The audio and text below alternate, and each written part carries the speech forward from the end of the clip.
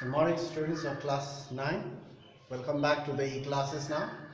We'll continue in history, forest society and colonialism. Since it is a long chapter, we'll have to do part by part, and that too with understanding. Now, yesterday in our previous class we have talked about trade was not new in India. The forest communities or Adivasis used to trade in forest products, and after the coming of the British, everything was changed. Now we'll talk about some more points today. Now here I've written 1, 2, 3, 4, 5, 6 points. There are altogether 6 points. We'll talk about this today and we'll continue further. Trade was not new. Now this is the continuation. Adivasis used to trade in forest products such as hides, ivory, skins, and so on. Now, number 1, with the coming of the British, trade was completely regulated by the government. Regulated means control. Once the British came over here and took control over our country, so the trade in forest product was completely regulated or controlled by the British government.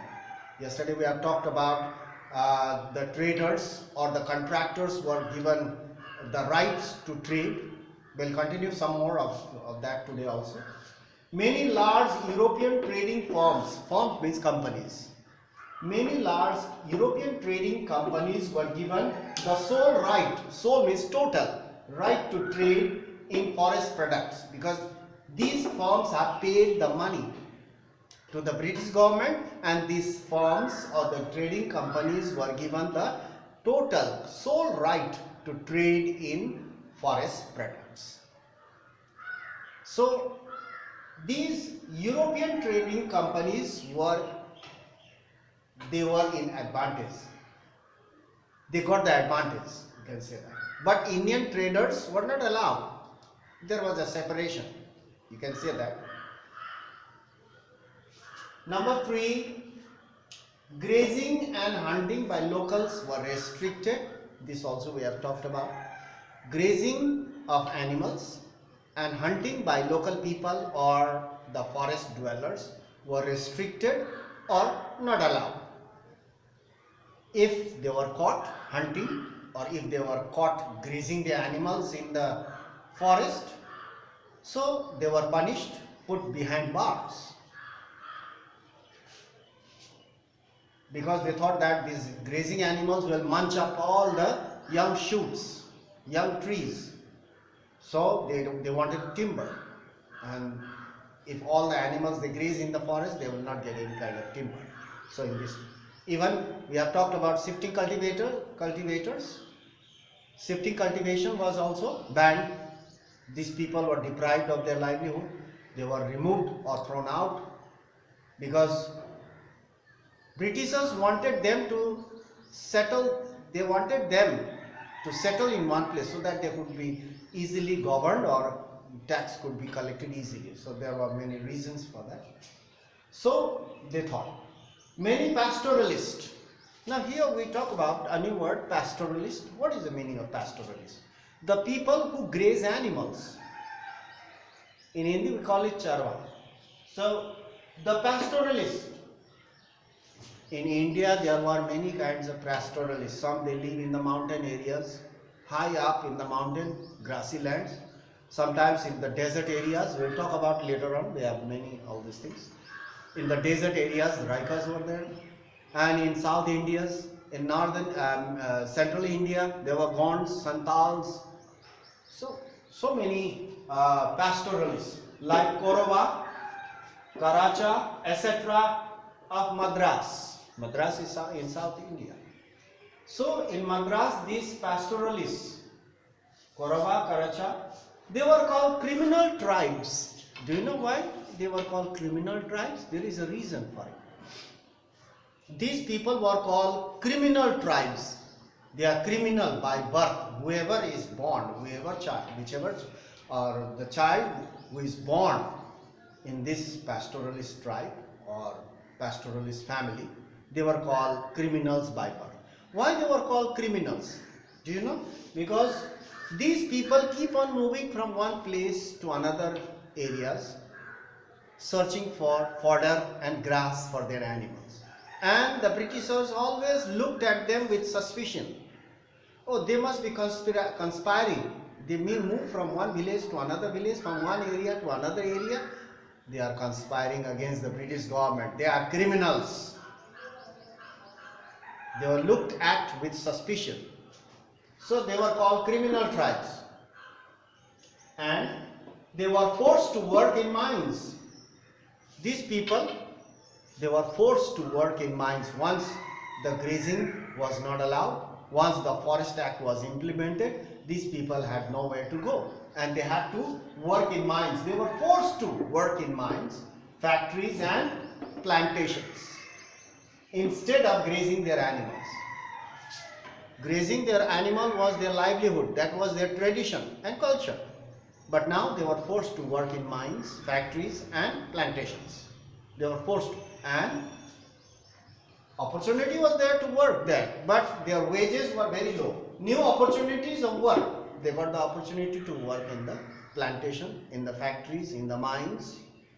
But opportunities of work did not always mean improved well-being or livelihood. It did not mean that it is the well-being of these people. They can live in a good way or in a high standard. It was not that, because their wages were very low. Their wages were low. They had to work long hours. The wages were low. Condition of work was very bad. Condition of work, they had to work long hours, and that too very risky. They could not return easily to their home villages once they were taken to work in the plantation. Once they were taken to work in the mines or in factories, they were not allowed to return to their hometown or native place. Take the example of Assam. In Assam, Britishers wanted to plant tea, plantation of tea. The forest had to be cut. Plantation of tea took a lot of labor, and they took the people, or these tribal people, forest dwellers, pastoralists from various areas of our country, from Bihar, from Orissa, from Chhattisgarh, from Madhya Pradesh. They took many people from these areas to Assam, but they were confined in that area. They had to cut down trees. It was a very, very tough task. They had to plant tea plants, clear the land, and tea plants were grown, and they had to work and remain there. They were not even allowed to go to the market. Forget about returning to their native place. They were not allowed.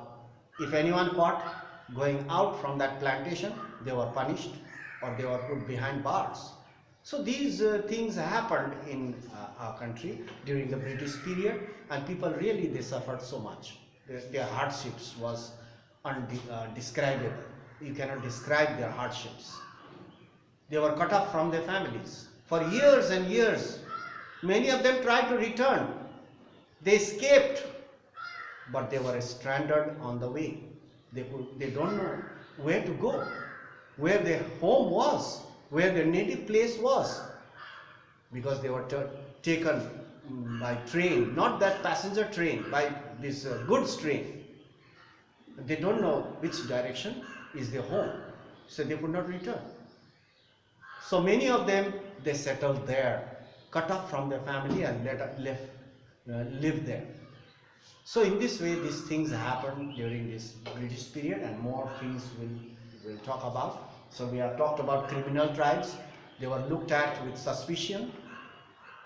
Britishers thought that they were conspiring against the British government and they are criminals. And the child born in that family, they were treated as criminal by birth. So in this way, they had various wrong ideas about the people. So this much for today. We will meet in the next class and continue our lessons. Since it is a long lessons, you must keep on reading at home, listen. listen to these points, open your net, learn from online, and if you want to copy it, put a pause, take the screenshot and copy it out while you are in the offline. So, and tell your parents, friends to study at home and go through this, because once the classes starts we will have to continue. We cannot go over again. So because we are running out of time, so we must continue. Tell your friends also. Many of the friends, your friends are not studying, they are not viewing these lessons. They must be enjoying videos and must be enjoying the films in their net, but they must use that net wisely. So online should be studying should be done, so that you will not lag behind in your lessons. So that's all for today, and we'll meet in the next class. Thank you very much for watching the video clip. That's all.